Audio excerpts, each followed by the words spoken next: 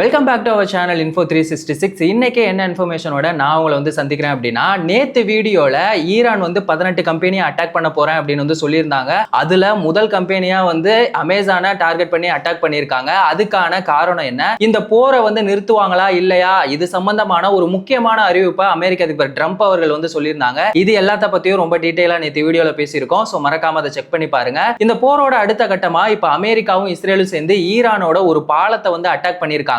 இதனால ஈரானுக்கு எத்தனை கோடி லாஸ் ஆயிருக்கு, பதிலுக்கு ஈரான் என்ன பண்ணாங்க, இந்த போருக்கு நடுவுல அமெரிக்க அதிபர் ட்ரம்ப் அவர்களுக்கு ரொம்ப நெருக்கமான ஒருத்தவங்களை பதவி நீக்கம் பண்ணியிருக்காரு. அதுக்கான காரணம் என்ன, இது எல்லாத்த பத்தியும் தான் இந்த வீடியோல ரொம்ப டீடைலா பேச போறோம். சோ வீடியோவை ஸ்கிப் பண்ணாம ஃபுல்லா பாருங்க. அமெரிக்காவும் இஸ்ரேலும் சேர்ந்து ஈரானை அட்டாக் பண்ணிட்டு இருக்க இந்த வாரானது 30 நாளைக்கு மேல நடந்துகிட்டு இருக்கு. இப்போ அமெரிக்காவும் இஸ்ரேலும் சேர்ந்து ஈரானோட கராஜ் B1 அப்படிங்கிற ஒரு பாலத்தை அட்டாக் பண்ணிருக்காங்க. இந்த பாலத்தை ஈரான் 400 மில்லியன் நம்ம நாட்டு காசுக்கு 3300 கோடி செலவு பண்ணி கட்டியிருக்காங்க. இந்த பாலத்தோட ஹைட்டுங்கிறது 136 மீட்டர், 450 அடி உயரம் அப்படின்னு சொல்றாங்க. இந்த பாலத்தை கட்டினதுக்கான முக்கியமான காரணம் என்னன்னா, ஈரானோட தலைநகரான தெஹ்ரானுக்கும் இந்த கராஜுக்கும் இடையில ஒரு போக்குவரத்து பேக் போனா இந்த இடம் இருக்கு. அப்படிப்பட்ட இடத்தை தான் இவங்க தாக்கி இருக்காங்க. இதுக்காக அமெரிக்காவும் இஸ்ரேலும் சேர்ந்து பக்காவா ஒரு பிளான் போட்டிருக்காங்க. பிரெசிஷன் கைடட் மிசைல்ஸ் அப்படின்னு சொல்லக்கூடிய ஒரு துல்லியமான ஏவுகணையை பயன்படுத்தி இருக்காங்க. சோ இத பத்தி தெரிஞ்சுக்கலாம். இத பத்தி தெரிஞ்சுக்கிறதுக்கு முன்னாடி இந்த துல்லியமான ஏவுகணையை ஃபர்ஸ்ட் எப்போ பயன்படுத்தினாங்க அப்படிங்கறத பார்க்கலாம். 1972ல வியட்நாம்ல டான்ஹோவா அப்படிங்கிற ஒரு பாலத்தை அடிச்சு தரமட்டமாக்குறதுக்காக அமெரிக்கா இந்த ஏவுகணையை யூஸ் பண்ணிருக்காங்க.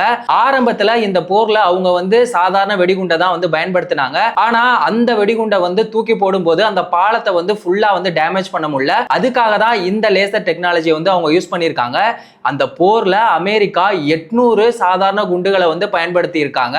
அதுக்கப்புறமா அதே ஒரு டெக்னாலஜியை தான் இப்போ ஈரானை அட்டாக் பண்றதுக்காக இந்த பாலத்திலையுமே யூஸ் பண்ணிருக்காங்க. இந்த தாக்குதலுக்காக அமெரிக்காவும் இஸ்ரேலும் சேர்ந்து 2 ஏவுகணையை யூஸ் பண்ணிருக்காங்க. ஃபர்ஸ்ட் ஏவுகணையை தாக்கும் போதே அங்க மீட்பு குழு எல்லாமே வந்துட்டாங்க. ஆனா அதை சரி பண்றதுக்குள்ளேயே அடுத்த ஏவுகணையை சில நிமிஷத்திலேயே அனுப்பிட்டாங்க. இது அங்க ஒரு உயிர் சேதம் ஏற்படணும் அப்படின்னு பக்காவா பிளான் போட்டு தான் இப்படி பண்ணிருக்காங்க. இந்த தாக்குதல்ல 8 பேர் இறந்து போயிருக்காங்க, 95 பேர் காயமாயிருக்காங்க. இது ஈரானுக்கு மிகப்பெரிய பொருளாதார நெருக்கடியா தான் இருக்கும். சரி, இப்படி ஒரு சம்பவம் நடந்ததுக்கு அப்புறமா ஈரான் அதை பார்த்துட்டு பேசாம இருப்பாங்களா? பதிலுக்கு அவங்க இஸ்ரேலோட டெல் அவிவ் அப்படின்னு சொல்லக்கூடிய ஒரு முக்கியமான நகரத்தை அட்டாக் பண்ணியிருக்காங்க. இப்போ நம்ம சென்னையில எப்படி மெடிக்கல் ஹப், ஆட்டோமொபைல் ஹப் அந்த மாதிரி இருக்கோ, அங்க இஸ்ரேல்ல இது ஒரு டெக் ஹப்பா இருக்கு. இங்க முக்கியமான தொழில்நுட்ப மையங்கள் எல்லாமே நிறைய இருக்கு. மக்கள் அதிகமா கூடுற ஒரு இடமாவுமே இருக்கு. சோ இப்படி ஒரு இடத்துல நம்ம ஒரு தாக்குதல் நடத்தணும்னா அங்க இருக்க மக்களுக்கு இது ஒரு மிகப்பெரிய பயத்தை உண்டாக்கும் அப்படின்னு சொல்லிட்டு தான் ஈரான் இப்படி ஒரு தாக்குதலை நடத்தியிருக்காங்க. இப்போ எல்லாருமே கேட்கிற ஒரு கேள்வி என்னன்னா, இஸ்ரேல்ல ஏர் டிஃபென்ஸ் சிஸ்டம் அப்படிங்கிற ஒரு பாதுகாப்பு கவசம் இருக்கு. அதையும் தாண்டி ஈரான் எப்படி அட்டாக் பண்ணாங்க? இந்த ஏர் டிஃபென்ஸ் சிஸ்டம் அப்படிங்கிறது ரொம்பவே பவர்ஃபுல்லானது. இதுல 100 ஏவுகணை அனுப்புறாங்க அப்படின்னா அதுல 90 ஏவுகணையை தரையில விழாம வானத்திலே அட்டாக் பண்ற அளவுக்கு ரேடார் மூலமா கண்டுபிடிச்சு அதை அழிச்சிருவாங்க. அது மட்டும் இல்லாம மழை பெஞ்சாலும் சரி, பனிமூட்டமா இருந்தாலும் சரி, எல்லா கண்டிஷன்லயுமே இந்த ஏர் டிஃபென்ஸ் சிஸ்டம் ஒர்க் ஆகும் அப்படின்னு சொல்றாங்க. ஆனா அதையும் தாண்டியுமே ஈரான் இந்த அட்டாக்க பண்ணியிருக்காங்க. ஈரான்ட்ட ஸ்டார்டிங்ல ரொம்ப டெக்னாலஜியான ஏவுகணையெல்லாம் கிடையாது. ஆனா இப்போ அவங்க ரொம்பவே அதிநவீனமான ஏவுகணையும் ஹைப்பர்சோனிக் சிஸ்டத்தையுமே யூஸ் பண்றாங்க. அதனாலதான் இப்படி ஒரு தாக்குதலை அவங்களால பண்ண முடிஞ்சிருக்கு. இது இஸ்ரேலுக்குமே ஒரு மிகப்பெரிய பொருளாதார நெருக்கடியை உண்டாக்கி இருக்கு அப்படின்னு தான் சொல்லணும். இவங்க 2 பேருக்கும் இடையில நடந்த இந்த தாக்குதலுக்கு நடுவுல இப்போ அமெரிக்க அதிபர் ட்ரம்ப் அவர்களுக்கு ரொம்ப நெருக்கமான பாம் போண்டி அப்படின்னு சொல்லக்கூடிய அவங்கள அவர் பதவி நீக்கம் பண்ணியிருக்காரு. ஃபர்ஸ்ட் அவங்க யாரு அப்படிங்கிறத தெரிஞ்சுக்கலாம்.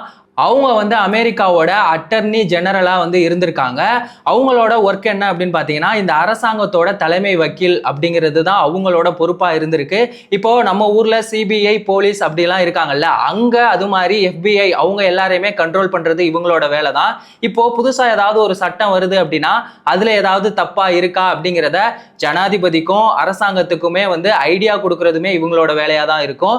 சட்டம் தன் கடமையை செய்யும் அப்படின்னு சொல்லுவாங்கல்ல, அந்த மாதிரி சட்டம் வந்து ஒழுங்கா இருக்கா அப்படிங்கிறதையும் சரி பண்றதுமே இவங்களோட வேலையா தான் இருந்தது.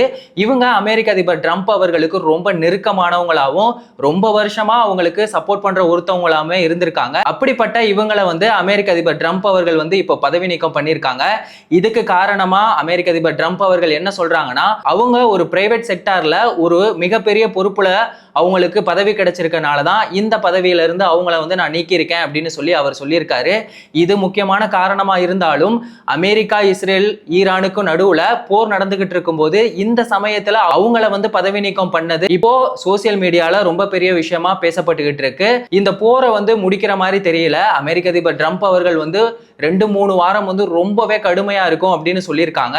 இதுக்காக மற்ற நாடுகள், அதாவது 60 நாடுகள் என்ன பண்ணிருக்காங்க அப்படின்னா, ஒரு வீடியோ கான்ஃபரன்ஸ்ல இந்த ஹார்மோஸ் நீரிணையை திறக்கிறதுக்கு என்ன பண்ணலாம், இதை வந்து திறந்தே ஆகணும், ஏன்னா இதனால நம்ம வந்து ரொம்பவே பாதிக்கப்பட்டிருக்கோம் அப்படின்னு சொல்லிட்டு 60 நாடுகள் வந்து இது சம்பந்தமா பேசியிருக்காங்க. ஆனா இந்த வீடியோ கான்ஃபரன்ஸ்ல சீனா வந்து கலந்துக்கல அப்படின்னு சொல்லிட்டு ஐரோப்பிய நாடுகள் வந்து சொல்லிக்கிட்டு இருக்காங்க. ஸோ இந்த போர் வந்து முடிகிற மாதிரி தெரியல. ஃபைனலா ஒரு விஷயம், இவங்க வந்து நடத்திக்கிட்டு இருக்க இந்த போரால அப்பாவி மக்கள் தான் வந்து இறந்து போயிட்டே இருக்காங்க. ஸோ இந்த போரை வந்து எவ்வளோ சீக்கிரம் முடிக்க முடியுமோ அவ்வளோ சீக்கிரம் முடிச்சாங்க அப்படின்னா நல்லா இருக்கும். இது எல்லாத்துக்குமே முக்கியமான காரணமா இருக்குது அமெரிக்க அதிபர் ட்ரம்ப் அவர்கள் தான். ஸோ அப்படிப்பட்ட அமெரிக்க அதிபர் ட்ரம்ப் அவர்களை பத்தி நீங்க என்ன நினைக்கிறீங்க? அமெரிக்காவும் இஸ்ரேலும் சேர்ந்து ஈரானோட ஒரு பாலத்தை வந்து அட்டாக் பண்ணியிருக்காங்க. பதிலுக்கு ஈரான் வந்து இஸ்ரேலோட ஒரு முக்கியமான நகரத்தையுமே வந்து தாக்கியிருக்காங்க.